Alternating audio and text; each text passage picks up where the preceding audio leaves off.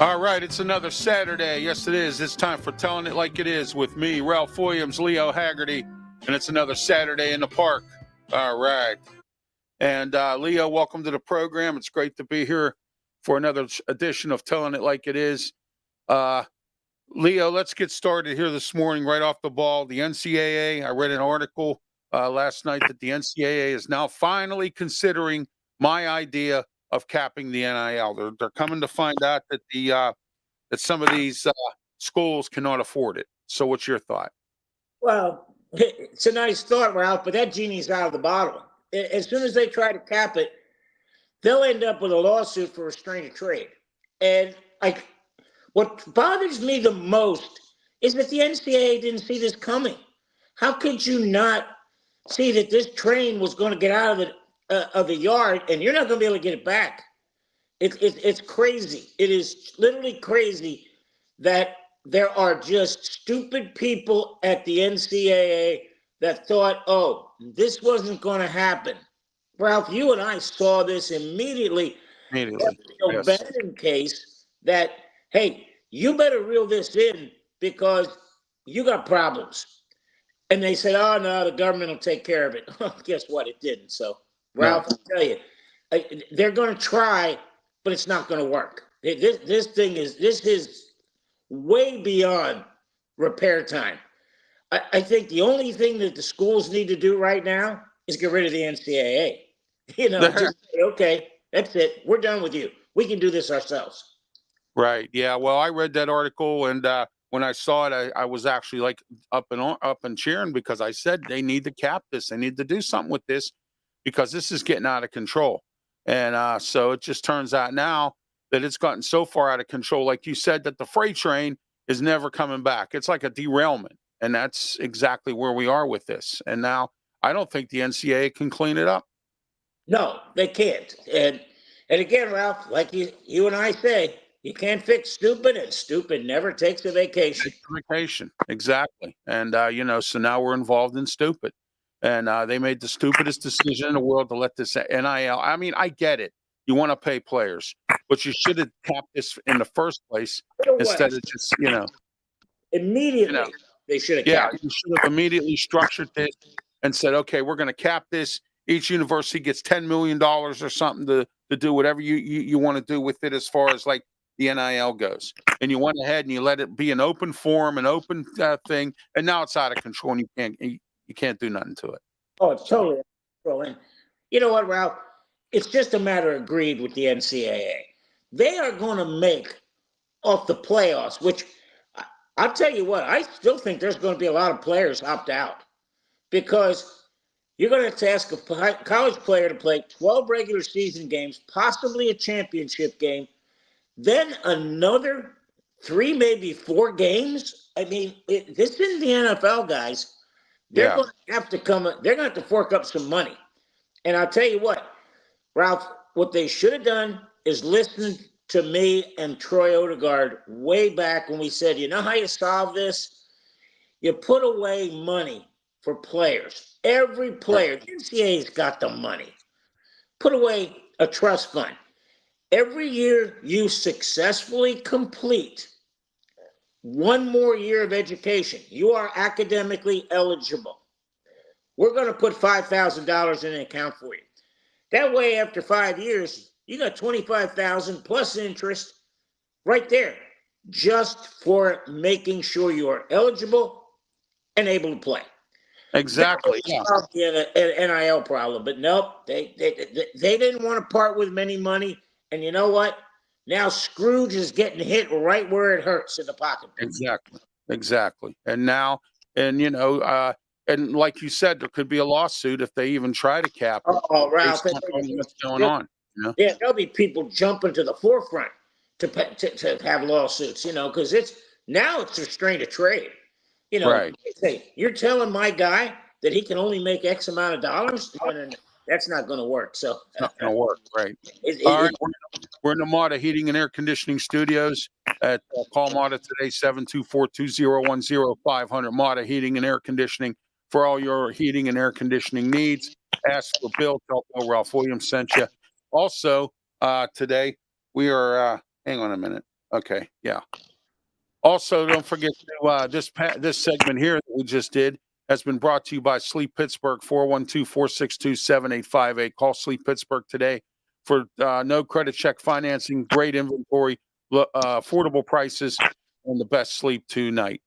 All right. So Leo, this morning it's going to be kind of like an open forum here. What do you want to talk about this morning other than what we just talked about? Let's talk about real quick the three teams that are just on fire right now in professional sports. Let's start from Major League Baseball. How about this? Okay. Minnesota Twins are on an 11-game tear. They are 11-0, and that has moved them from the back of the pack. Now I think they're a game or two out of first place at like 18-13. Won 11 in a row. Let's go to hockey. Yeah, and the Pittsburgh Pirates can't even beat the Colorado Rockies. That's pretty sad. Hey, trust me, the Rays went out and lost a 3-game, got swept in Chicago by the White Sox. That was embarrassing. But I'll tell you what, let's go to hockey. Yeah. New York Rangers, man, oh man, they are on a 6-game ride after a 4-game sweep of the Washington Capitals. And hey, Ralph, here's a doozy.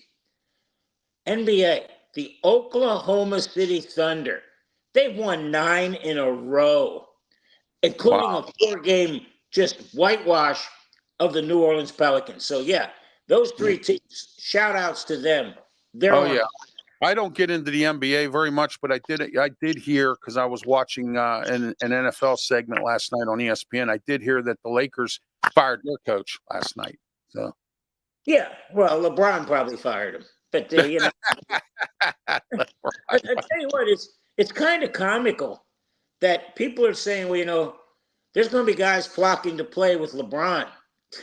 Why would I want to go play with an aging 38, 39-year-old, former star? He's not what he was. I'll tell you what I do, though, Ralph. You're going to love this.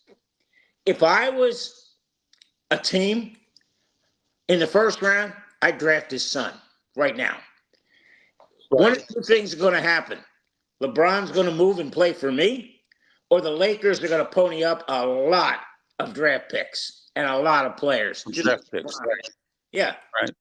Well, you do know there's a rumor going around that Boney James may be coming here to Pittsburgh to play for Duquesne. I don't know if you noticed or not, but Duquesne's former coach who stepped down after this season, Keith Dambrot, used to be LeBron James's high school coach. Yeah, and now the guy that's coaching the team now was a player with LeBron in high school. All right, Drew Joyce, who's the new coach for Duquesne. And I hear that he may be coming to Duquesne. I mean, who knows where he's going to go, Boney James? No one knows. You know what I mean at this point, but we're going to find out. Yeah, so. I want to see it. LeBron's holding out to try to play with his son. They're going to have a tough time. Can you just imagine Boney James here at Duquesne in Pittsburgh here? You know what that would do for the university? How that would sell out games? People would show up and line up for tickets just to see Boney James play. And that's, of course, that could do anything for you. Ralph, I'm gonna drop a name on you real quick. Go ahead. One of my math teachers in high school was Duty Moore. Duty Moore. Oh, God. This little old guy who taught math. And, I go, wait a second. And I said, are you the guy that coached in college? He said, yeah, that's me. I said, oh, my God. And here's my math teacher. Hey, I got a question for you, Leo. Did you ever in your lifetime ever meet Myron Cope? He was a Steeler color announcer. He had that squeaky voice. This is Myron Cope on sports. Did you ever meet him at any time? Face to face, but we passed each other and hello and everything. But Right. yeah. Oh, Well, he was like Johnny Most. You can figure out who this guy is. yeah. Well, you know what? I was driving a cab, and I had these two ladies. They were in the cab. They were going over to Heinz Field, and they go, "Can I ask you a question?" I said, "What's that?" Is that little small short guy with the squeaky voice still working for the Steelers? I says, "Oh, you mean Myron Cope?" And they go, "Yeah, he comes up with some strange phrases." I said, "Well," and then on top of that, here's the best one of them all. Remember when Benjamin Gay was a running back for Cleveland? Remember him? Yeah, Ben Gay. Yeah. Oh yeah, Ben Gay. Yeah. Oh, you should have heard Cope eat him alive. Benjamin Gay, there he goes. He just got stuffed by Graders. I was like, oh my gosh, wow. But yeah, funny names out there in sports, like Bengay and some of these other ones. Oh my. The best one still has to be the pirate announcer, and you'll know exactly who I'm talking about. Prince. Willie Stargell was at the plate, and he's chicken on the hill on me if he hits this one out in the next pitch. Well, you know what? There was a place on the hill called Chicken on the Hill, and we have a place there, an area in Pittsburgh here called the Hill District, and it was Chicken on the Hill. There was a place up there, and so. But anyway, I used to know a guy that sold popcorn. I was once a vendor at the old Three River Stadium, and he was selling popcorn. So to sell his popcorn, he said, "This is Willie Stargell popcorn with the chicken flavor." He sold more popcorn than he ever did. I tell you what, I saw probably the longest home run hit at the Vet when Willie Stargell hit it out a runway on the 700 level. Really? Oh God, it was a blast. And Clemente hit the Liberty Bell one time. I mean, oh my God. My. Everybody asked me, who's the best player I ever saw. The best player I ever saw was Roberto Clemente. There wasn't something he couldn't do. And he was one of the few baseball players who could look terrible on one pitch, and then the next pitch, it's out of the park. The same pitch. He was just a phenomenal. He could hit for power, he could hit for average, he could run, he could throw. He threw Clay Dalrymple out of the plate on a sacrifice fly, and his back was at the 355 sign at Old Connie Mack Stadium. Now, Clay Dalrymple, he's running with a family on his back. I get that. But still, threw him out of the plate. It was crazy. Oh, yeah, absolutely. All right, Leo, let's talk about I know the draft is over, but we're still talking about the draft, the players that were drafted, where teams are going this year.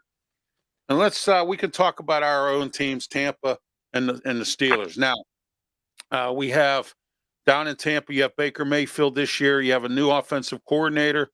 You got some new picks you brought in. You got guys that are still with the team. Where do you see Tampa going this year? Boy, I'll tell you what, Ralph, as long as you protect the quarterback, they should be a 9, 10, 11 win team right in there. I don't think the South is as bad as people think they are, but I think it's balanced at the top with the Saints, the Falcons now with Kirk Cousins, and the Bucs.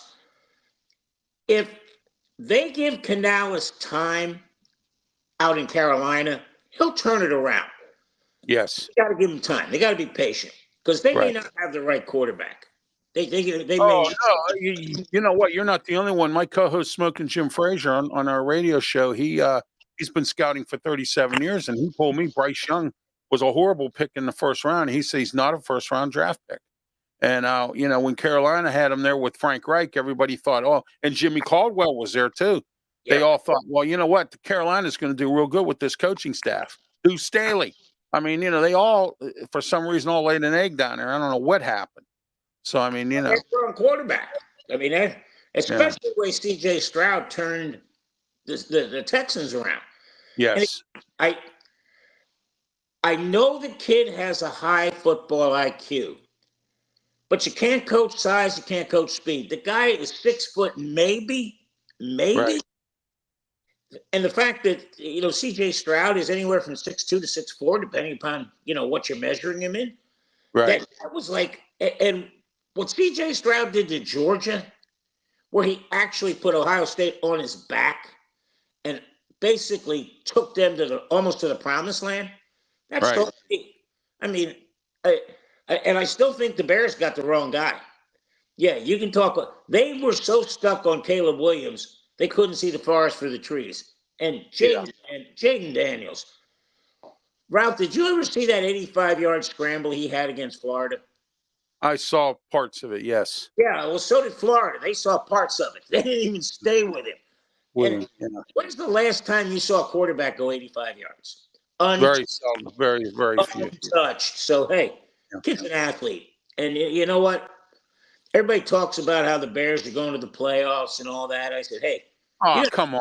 You know what? Matt Eberfluss is on eggshells there. Their scouting department, like you said, Caleb Williams didn't do their homework on other quarterbacks. Look at some of their quarterbacks, Trubisky, and Justin Fields didn't work out there. There's just a lot of, you know what I mean, guys that they brought in over the years that just it was horrible. And their drafts haven't been all that great.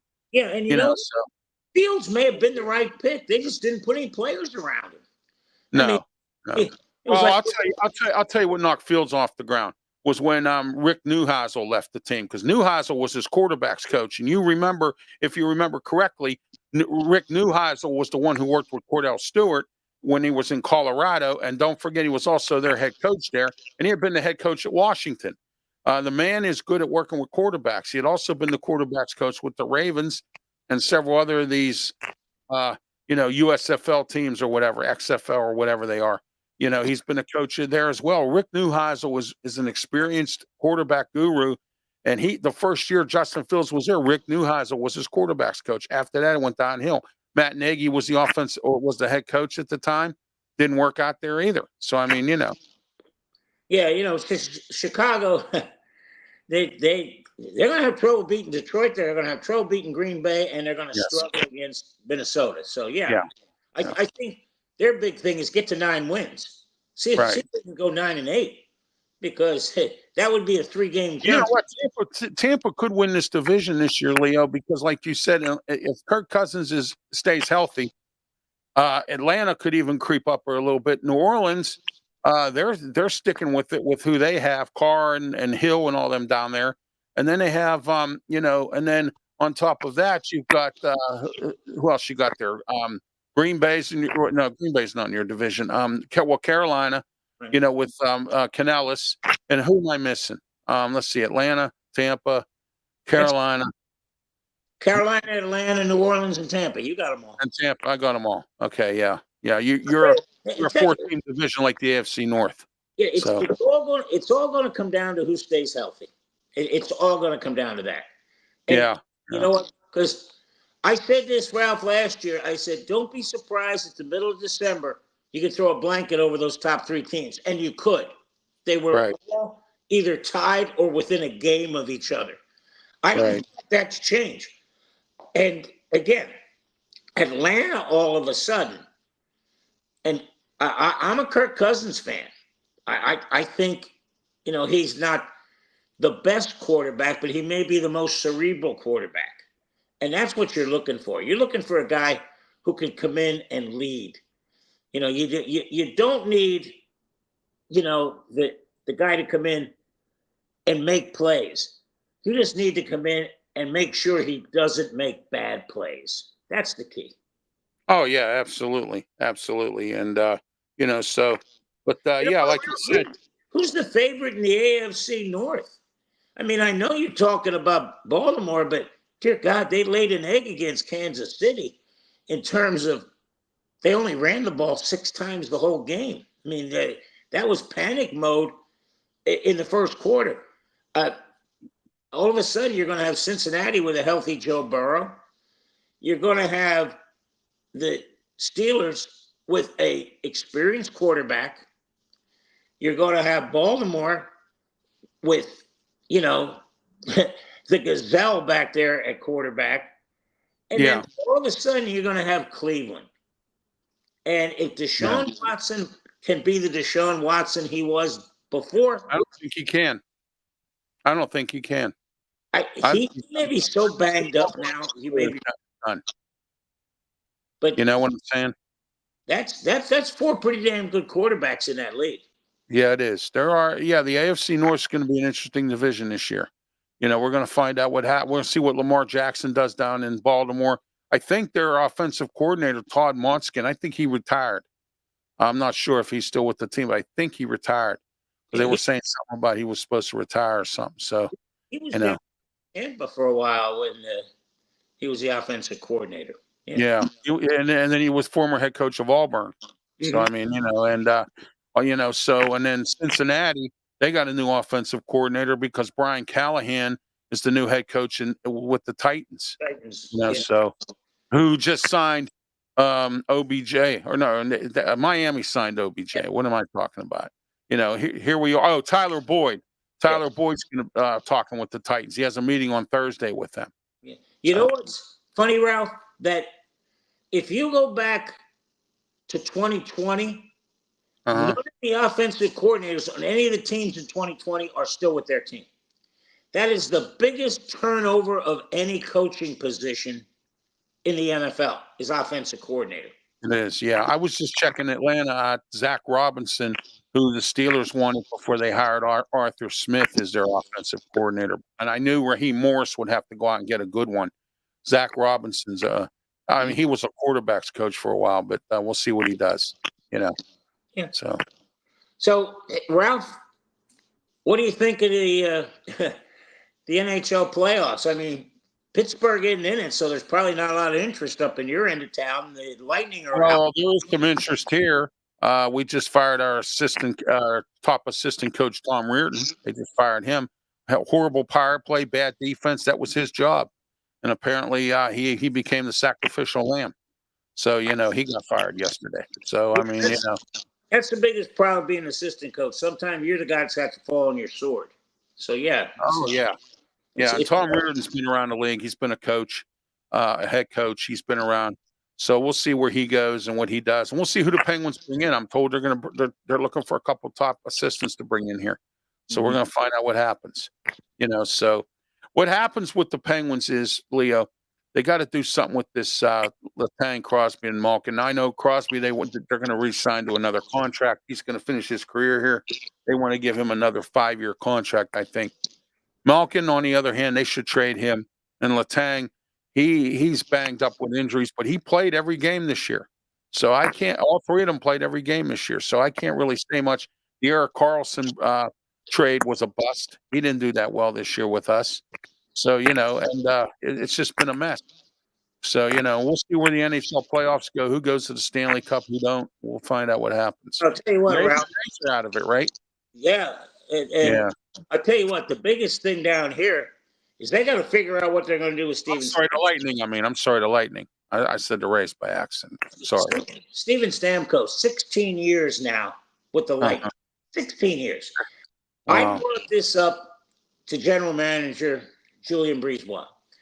I said, is there any talk around the league to create what I would call a longevity clause in the salary cap, where if a player is with a team for 10 consecutive years, you only count 75% of that salary against the cap. If he's there 15 years, you'd only count 50%. That would encourage a team to sign their players that are there a while, and would also encourage a player to stay there. I asked Rich McKay, and I can remember this vividly. Year after the Super Bowl, Bucks are having a tough year. I said, Rich, it's going to come a time when Brooks and Lynch and Sapp all age out, and you're either going to hope they retire or they're going to have to go somewhere else because you can't sign them. I said, that's going to be a tough day, isn't it? He said, I hope I'm not here for it. And he wasn't.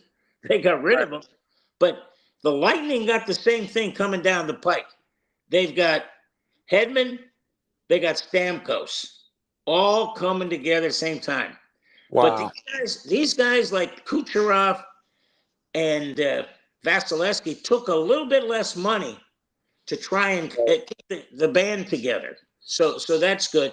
Hey, Ralph, before we go, Kentucky Derby, we got to talk about that, right? Yep. So I think one time I placed a bet at a Kentucky Derby. I don't bet on horses that often. I mean, hardly at all, actually. It's been a while. I was on yesterday, and the host Gus Cattingill asked me, "Well, who do you like?" I said, "Well, Gus, here's the problem." I said, "They're talking rain, and you can't predict what a thoroughbred's going to do if all of a sudden he's getting mud kicked in his face." Yes. And it's going to be a sloppy event. That's all I can say. And the favorite, Fierceness, is starting at 17. So that means he's going to have to make a decision. Do you go out quick and try to cut it down on a sharp angle? Or do you go out slow and get in behind so you can get into that rail? Well, the problem is, if it's wet, your horse is going to get just covered with mud right out of the gate. And you don't know how you're going to react. But okay, for your listeners, here's what I'm looking at. I'm looking at a long shot. Okay. And I think it's pronounced Dormock. Jason Worth, former Philadelphia Philly, he's a 10% owner of the horse. So that's may want to keep an eye on that puppy. Oh, there you go. There you go. I wish we had Harry on with us. He would tell us who to.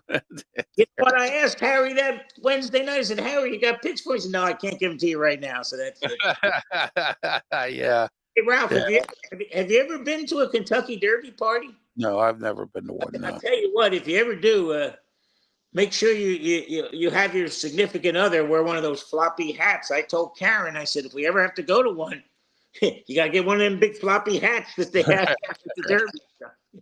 Right. I got you.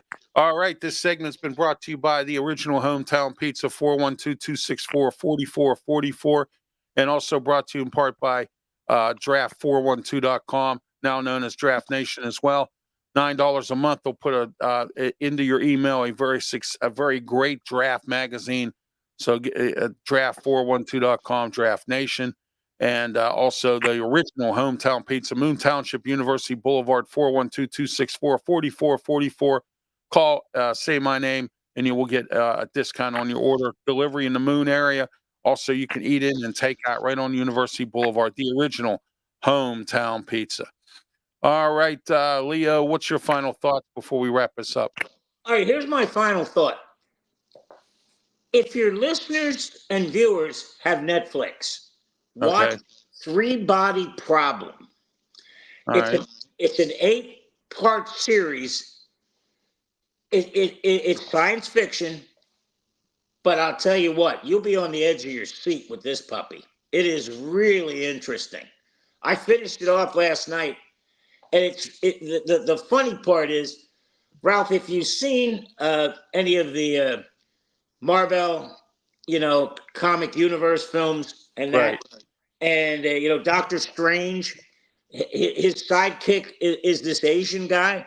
Well, he's British, which is hysterical because he always has to use a different accent in the films. He goes, "Finally, I can speak what grew up with." Yeah. And somebody in the film goes, "Do you speak Mandarin?" And he looks at him and goes, "I'm from Manchester." Great line. But I'll tell you what, it gets, Well, the only time I turn on or I go into Netflix is to see Cobra Kai season 6, which is the final season. And they're breaking it up from what I heard last night. They're breaking it up into 3 parts. There's going to be part 1, part 2, and part 3. And part 3 will end the middle of next year. So Cobra Kai will be around for a while for the season 6. And that's it. They're done. And then I hear they're supposed to be doing a movie, and then it's over.